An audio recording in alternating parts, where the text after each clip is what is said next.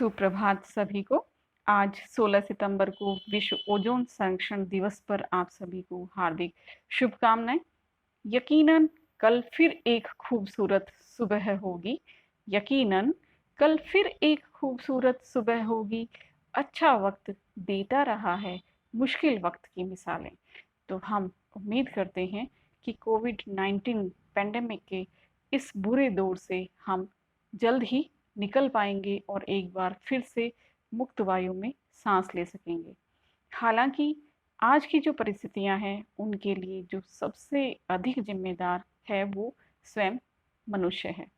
आज संपूर्ण विश्व की मानव जाति अपने क्रियाकलापों के कारण मुंह को ढके हुए है और इसी क्रियाकलाप का एक नमूना हम देख सकते हैं ओजोन लेयर डिप्लीशन के संदर्भ में। ओजोन परत को धरती का सुरक्षा कवच कहा जाता है, लेकिन हमारे ही क्रियाकलापों ने इस पर भी संकट पैदा कर दिया है। तो आज हम इसी के बारे में स्टडी करेंगे। तो आइए सबसे पहले हम जानते हैं ओजोन क्या है। A molecule containing 3 atoms of oxygen. Oxygen के 3 अणुओं से बना हुआ ये मॉलिक्यूल ओजोन कहलाता है। इसे चार्ल्स फैब्री और हेनरी बुइसन ने 1913 में डिस्कवर किया था। ओजोन लेयर सन से आने वाली हार्मफुल यूवी रेडिएशन से अर्थ को प्रोटेक्ट करने का काम करती है, इसीलिए इसे सुरक्षा कवच कहा जाता है। On December 19, 1994, the UN General Assembly proclaimed September 16 to be the International Day for the Preservation of the Ozone Layer. 19 दिसंबर 1994 को यूएन जनरल असेंबली ने 16 सितंबर का दिन निर्धारित किया। किस लिए? International day for the preservation of the ozone layer. Ozone परत के संरक्षण के लिए अंतर्राष्ट्रीय दिवस के रूप में 16 सितंबर को निर्धारित किया गया। Montreal Protocol on Substances that deplete the ozone layer was signed in 1987. सितंबर 1987 में ही मॉन्ट्रियल प्रोटोकॉल पर हस्ताक्षर हुए थे, जिसमें ओजोन परत को हानि पहुंचाने वाले सब्सटेंसेस में कमी करने के लिए हस्ताक्षर हुए थे। तो इसी संदर्भ में ये 16 सितंबर की जो डेट है वो निर्धारित की गई ओजोन दिवस को मनाने हेतु। अब हम जानते हैं ओजोन लेयर क्या है और कहाँ पर स्थित होती है। The ozone layer is present at an altitude of 10 to 45 kilometres in the stratosphere region of atmosphere. हम एटमॉस्फेयर के स्ट्रक्चर अपने प्रीवियस लेक्चर में पढ़ चुके हैं। एटमॉस्फेयर की सबसे लोअर मोस्ट लेयर ट्रोपोस्फीयर के नाम से जानी जाती है और उससे ऊपर स्ट्रेटोस्फीयर स्थित होती है। इसी स्ट्रेटोस्फीयर में ओजोन की कंसंट्रेशन अधिक होती है और ओजोन लेयर पाई जाती है। The layer absorbs 97.99% of sun's high frequency rays. तो इस लेयर तक जो यूवी रेज पहुंचती हैं उसका लगभग 97.99% ये लेयर एब्जॉर्ब कर लेती है और इस तरह से ये अर्थ पर लाइफ को प्रोटेक्ट करने का काम करती है। तो हम इस पिक्चर में देख सकते हैं कि ट्रोपोस्फीयर के ऊपर स्थित स्ट्रेटोस्फीयर में ओजोन लेयर पाई जाती है। तो ये 10 to 45 किलोमीटर तक फैली रहती है। आइए अब जानते हैं ओजोन लेयर का फॉर्मेशन कैसे होता है। तो एटमॉस्फेयर में ये पाई जाती है, तो ओजोन लेयर बनती कैसे है? Chemically ozone forms when UV hits on stratosphere. जब सूर्य से आने वाली अल्ट्रावायलेट रेज स्ट्रेटोस्फीयर तक पहुंचती हैं, तब ये ऑक्सीजन मॉलिक्यूल को एटॉमिक ऑक्सीजन में तोड़ देती हैं। अब ये एटॉमिक ऑक्सीजन के मॉलिक्यूल के साथ रिएक्ट करता है और ओजोन का फॉर्मेशन करता है। इस तरह से ये प्रक्रिया निरंतर चलती रहती है और ओजोन लेयर में ओजोन का निर्माण होता रहता है। ये क्रिया अगर निर्बाध गति से जारी रहे तो ओजोन लेयर को कोई नुकसान नहीं पहुंचता है, लेकिन बहुत से कारण ऐसे हैं जिसके कारण इस ओजोन फॉर्मेशन को क्षति पहुंचती है। ये ओजोन डिप्लीशन कहलाता है, यानी ओजोन लेयर की जो विरलता है उसमें कमी आना, ये ओजोन डिप्लीशन कहलाता है। It is expressed in Dobson units abbreviated DU। इसे डोप्सन यूनिट में इसे मापा जाता है। हालांकि ओजोन परत की खोज 1913 में फेब्री चार्ल्स हेनरी बुइसन ने की थी, लेकिन इसके गुणों को विस्तार से ब्रिटिश मौसम वैज्ञानिक डॉप्सन ने बताया था, और उन्हीं के सम्मान में एटमॉस्फेयर में मौजूद ओजोन की मात्रा को मापने की जो इकाई है वो डॉप्सन यूनिट के नाम से जानी जाती है। The production and emission of chlorofluorocarbons is the leading cause of ozone layer depletion. तो ओजोन डिप्लीशन का जो सबसे मुख्य घटक है वो है एनवायरनमेंट के अंदर CFCs का इमिशन, उत्सर्जन, CFCs या क्लोरोफ्लोरोकार्बन्स का प्रोडक्शन और फिर उनका वातावरण में उत्सर्जन, ये सबसे अधिक ओजोन लेयर को डिप्लीशन या नुकसान पहुंचाने का काम करती हैं। यहाँ इस पिक्चर में हम कैटालाइज साइकिल देख सकते हैं, जिसमें ओजोन का प्रोडक्शन और डिस्ट्रक्शन दोनों ही दिखाई दे रहे हैं। जब यूवी रेडिएशन हिट करती हैं, ऑक्सीजन मॉलिक्यूल टूट जाता है और ये एटॉमिक ऑक्सीजन का निर्माण करता है। ये एटॉमिक ऑक्सीजन फिर से ऑक्सीजन के मॉलिक्यूल के साथ मिलकर के ओजोन बनाती है। तो ये तो है ओजोन का फॉर्मेशन। अब एनवायरनमेंट में बहुत से ओजोन डिप्लीटिंग सब्सटेंसेस भी मौजूद रहते हैं, छोड़े जाते हैं, जो हमारी ही एक्टिविटीज़ के परिणाम स्वरूप। ये ओजोन डिप्लीटिंग सब्सटेंसेस, इनमें ओजोन के साथ ये क्रिया करके ऑक्सीजन का मॉलिक्यूल रिलीज करती है और साथ ही ये बनाती है क्लोरीन मोनोऑक्साइड। तो ये CFCs जो हैं ये नेचुरल एनिमीज कहलाते हैं ओजोन के। तो सनलाइट के इफेक्ट से CFCs का विघटन होता है और ये क्लोरीन के मॉलिक्यूल को क्लोरीन एटम में डिवाइड कर देते हैं। यही क्लोरीन एटम ओजोन से रिएक्ट करता है और क्लोरीन मोनोऑक्साइड और ऑक्सीजन का फॉर्मेशन कर देता है। जब ये क्लोरीन मोनोऑक्साइड का जो एटम है ऑक्सीजन के दूसरे मॉलिक्यूल से रिएक्ट करता है तो ये टूट जाता है और ऑक्सीजन रिलीज करता है, साथ ही क्लोरीन एटम का फॉर्मेशन करता है, जो कि फिर से ओजोन के दूसरे मॉलिक्यूल को डिस्ट्रॉय करता है और इस प्रकार क्लोरीन का कैटालिटिक साइकिल चलता रहता है। तो इस चक्र में हम ओजोन का फॉर्मेशन और उसका डिस्ट्रक्शन दोनों ही देख सकते हैं। पहली दो इक्वेशन इसमें दर्शा रही है ओजोन के फॉर्मेशन को और दूसरी दो इक्वेशन है वो इसके डिस्ट्रक्शन को शो कर रही हैं। तो अब हमें कुछ इक्वेशंस की मदद से समझते हैं chlorine depletion cycle. Reaction of ozone with chlorine. तो इस रिएक्शन में हम देख रहे हैं कि क्लोरीन का जो एटम है वो ओजोन के साथ रिएक्ट करके क्लोरीन मोनोऑक्साइड और ऑक्सीजन का फॉर्मेशन करता है। ये क्लोरीन मोनोऑक्साइड ओजोन के दूसरे अणु के साथ कंबाइन होता है और ये फिर से क्लोरीन एटम को रिलीज करता है, साथ में ऑक्सीजन भी रिलीज करता है। तो इस तरह से यहाँ पर जो ये कैटालिटिक साइकिल है क्लोरीन का वो चलता रहता है। इसे हम फिर से एक सिंपल पिक्चर से समझ सकते हैं। सबसे पहले एनवायरनमेंट के अंदर ये छोड़ी गई हैं CFCs।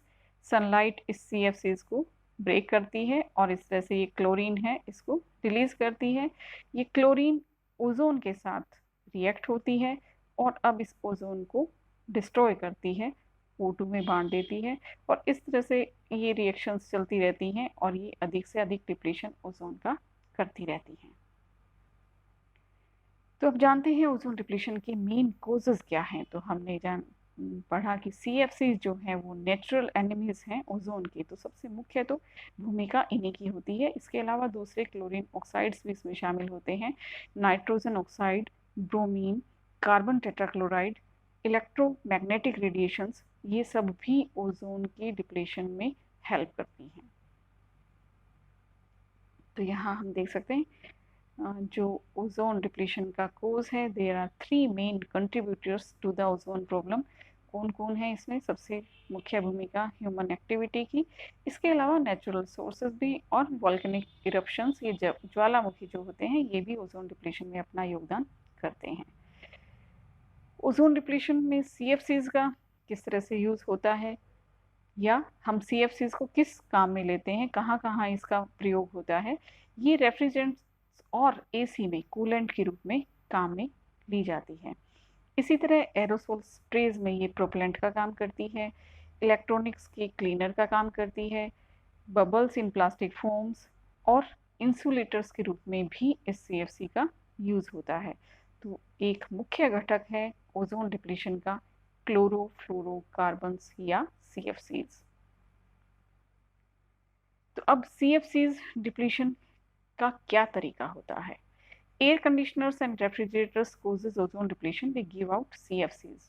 AC और रेफ्रिजरेटर्स इसीलिए कहा जाता है कम से कम इस्तेमाल किया जाए या फिर परचेज करते समय ये ध्यान रखा जाए कि इनसे CFCs का उत्पादन नहीं होता हो।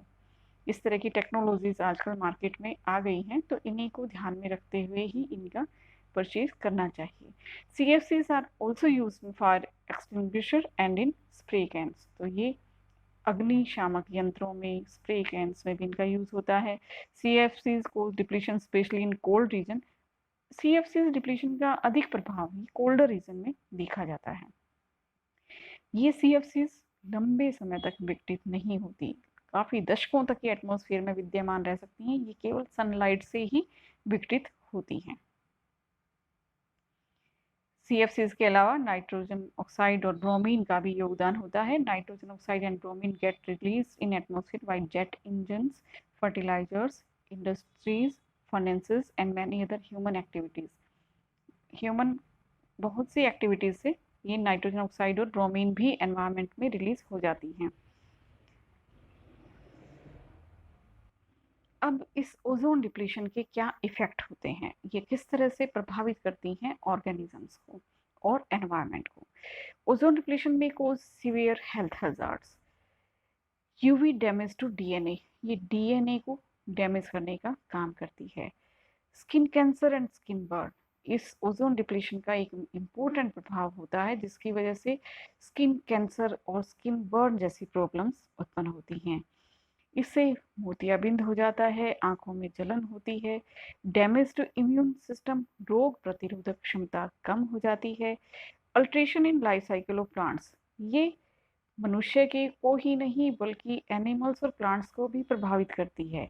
प्लांट्स की लाइफ साइकिल में इनसे परिवर्तन आ जाते हैं जब ओजोन का काफ़ी मात्रा में डिप्लीशन होता है। डिस्ट्रप्शंस ऑफ फूड चेन, ये फूड चेन को इनको भी ये प्रभावित करती हैं। डैमेज टू ओशन इकोसिस्टम्स, जो ओशन इकोसिस्टम हैं उनको नुकसान पहुंचाती हैं। और global warming and climate change, ये आज हम बहुत ही इसका सुनते आए हैं चर्चा। ग्लोबल वार्मिंग हो रही है, अर्थ का टेम्परेचर बढ़ रहा है, तो ओजोन डिप्लीशन का एक इफेक्ट ये भी है, जब सन रेज डायरेक्ट पृथ्वी तक पहुंचेंगी तो इससे पृथ्वी का तापमान बढ़ेगा और जो ग्लेशियर्स है वो पिघल जाएंगे, ओशन इकोसिस्टम्स इनको भी नुकसान होगा, जो सभी फूड चेन्स हैं वो भी प्रभावित होंगी। तो इस तरह से ओजोन डिप्लीशन के डायरेक्ट और इनडायरेक्ट इफेक्ट्स हम देख सकते हैं। यहाँ इस पिक्चर में दिखाई दे रहा है skin elements, skin cancer, pigmentation, ये सब रिजल्ट्स हैं ओजोन डिप्लीशन के। इसी तरह प्लांट्स की जो लाइफ साइकिल है वो भी डिस्टर्ब हो जाती है, मैरीन लाइफ को भी डिस्ट्रक्शन पहुंचती है और साथ ही जो ह्यूमन बींग्स हैं उनके अंदर स्किन कैंसर, पिगमेंटेशन, कैटरेक्ट या मोतियाबिंद आदि हो सकते हैं। क्रॉप्स को डैमेज हो सकता है, अर्बन पोल्यूशन बढ़ सकता है। तो ये सब इफेक्ट्स हैं जो ओजोन डिप्लीशन को दर्शाते हैं। अब हम बात करेंगे ओजोन होल की। तो सबसे पहले पता कैसे लगा कि ओजोन डिप्लीशन हो रहा है? The ozone hole is defined as the area having less than 220 Dobson units of ozone in the overhead column। Ground और स्पेस के बीच में यदि ओजोन की मात्रा 220 डॉप्सन से कम हो तब उसे ओजोन विरलता या ओजोन होल कहा जाता है। Scientists first observed an ozone hole over Antarctica in the mid 1980 के अंदर ये सबसे पहले अंटार्कटिका में ओजोन होल को डिटेक्ट किया गया था। Seasonal ozone holes have been observed over both the Antarctic and Arctic region, part of Canada and the extreme north eastern United States. तो अंटार्कटिक और आर्कटिक रीजन्स पर ये जो ओज़ोन होल है ये डिटेक्ट किए जाते हैं और ये देखा जाता है कि इनमें सीज़न्स का जनरली सितंबर, अक्टूबर, नवंबर इन दिनों ये या कोल्ड जो मंथ्स होते हैं उन दिनों में ये ओज़ोन होल अधिक डिटेक्ट किया जाता है। तो ये हम देख सकते हैं अंटार्कटिका और ये ओज़ोन होल इस पिक्चर में हमें दिखाई दे रहा है किस तरह से ओज़ोन परत के अंदर विरलता आने से ओज़ोन होल का फॉर्मेशन हो जाता है। अब इस ओज़ोन डिप्लीशन को किस तरह रोका जा सकता है? तो सबसे पहले तो जो इसका मेजर कोज है यानी सीएफसी जो है उन्हीं को ही बैन किया जाए। तो use of products which has CFC such as hair sprays, fresheners, cosmetics and aerosols in plastic can should be avoided. तो इन सब का जो सीएफसीज और हेलोन गैसेस इमिशन करते हैं जैसे एरोसोल, स्प्रे कैन, रेफ्रिजरेटर आदि इन सब का कम से कम प्रयोग हो, बचना चाहिए इनसे। Keep your automobile well tuned and maintained. तो इस कार्बन इमिशन से भी ओजोन डिप्लीशन होता है, तो इसलिए जो ऑटोमोबाइल्स हैं उनको भी मेंटेन रखना चाहिए। जो स्टैंडर्ड स्मोक टेस्ट पर व्हीकल्स खरे नहीं उतरते हैं उनसे अधिक कार्बन इमिशन होता है और ये डिप्लीशन का कारण बनते हैं। इसके अलावा फसल कटाई के बाद जो बचे हुए हिस्से हैं उनको जलाने से भी कार्बन की जो स्थिति है एनवायरनमेंट में वो बिगड़ रही है। कई बार प्लास्टिक और रबर के टायर और कचरा आदि ये भी जला दिया जाता है, तो इनसे भी ओजोन डिप्लीशन होता है। Carpool, use mass transit, walk, bicycle and reduce driving. हम ट्रांसपोर्ट में कमी कर सकते हैं, इसके लिए हम व्हीकल्स का है उनका पूल किया जा सकता है। कार पूल या मास ट्रांजिट को हम यूज़ करें बजाय पर्सनल व्हीकल के। हम पैदल या फिर साइकिल के द्वारा हम इस ओजोन डिप्लीशन को रिड्यूस करने में योगदान दे सकते हैं। प्लास्टिक रबर टायर के जलाने से भी हमने जैसे पहले बताया कि इससे भी ओजोन डिप्लीशन में योगदान होता है। Promote activities such as tree planting and backyard gardening. हम ओजोन डिप्लीशन के प्रभाव को अधिक से अधिक वृक्षारोपण करके भी कंट्रोल कर सकते हैं। तो ये थे कुछ उपाय जो ओजोन डिप्लीशन को रोकने में मदद कर सकते हैं। और अब हम बात करते हैं ओजोन डे की 2020 थीम के बारे में। तो इस वर्ष ओजोन डे की जो थीम रखी गई है वो है ozone for life 35 years of ozone layer protection. जीवन के लिए ओजोन लेयर प्रोटेक्शन के 35 वर्ष। ये वियना कन्वेंशन को याद दिलाती है। वियना कन्वेंशन जो कि 1985 में हुई थी और उसमें सबसे पहले इस पर चिंता व्यक्त की गई थी ओजोन डिप्लीशन के बारे में, और उसी का ही परिणाम था कि मॉन्ट्रियल प्रोटोकॉल 87 में उस पर हस्ताक्षर हुए, जिसमें इन जो सीएफसीज है उनको बैन करने का कार्य किया गया था। ईगर Andersen, executive director of UNEP, उनका कहना है कि Vienna Convention and Montreal Protocol united the world to cut out the gases creating a hole in the planet ozone layer. उनके अनुसार वियना कन्वेंशन और मॉन्ट्रियल प्रोटोकॉल ने संपूर्ण विश्व को यूनाइट कर दिया है कि वो ओजोन लेयर के होल को बढ़ाने वाली जो गैसेस हैं उनकी मात्रा कम करें। International cooperation has put the ozone layer on the route of recovery. International cooperation ने ओजोन होल की रिकवरी को बढ़ावा दिया है और इससे protecting human and ecosystem health ये सब मेंटेन हुए हैं। तो ओजोन हीलिंग में एक बहुत बड़ा योगदान हम कह सकते हैं वियना कन्वेंशन, मॉन्ट्रियल प्रोटोकॉल, और उसके बाद ये 2016 में किगाली अमेंडमेंट आया था और इस पर हस्ताक्षर किए थे विश्व के अधिकतर देशों में, जिसमें ये इसे हम कह सकते हैं कि मॉन्ट्रियल प्रोटोकॉल का ही ये एक संशोधित रूप है, जिसमें 2045 तक ये जो HFC है उनको 80 to 85% तक कम करने का प्रावधान रखा गया है। तो let us save our planet, ये हमारा दायित्व बनता है, और उम्मीद है हम सभी एक जागरूक नागरिक होने के नाते ओजोन डिप्लीशन को बढ़ावा देने वाली जो क्रियाकलाप हैं उनसे बचेंगे, अधिक से अधिक ट्री प्लांटेशन करेंगे, जिससे हमारे एनवायरनमेंट को सुधार किया जा सके। That's all and thank you.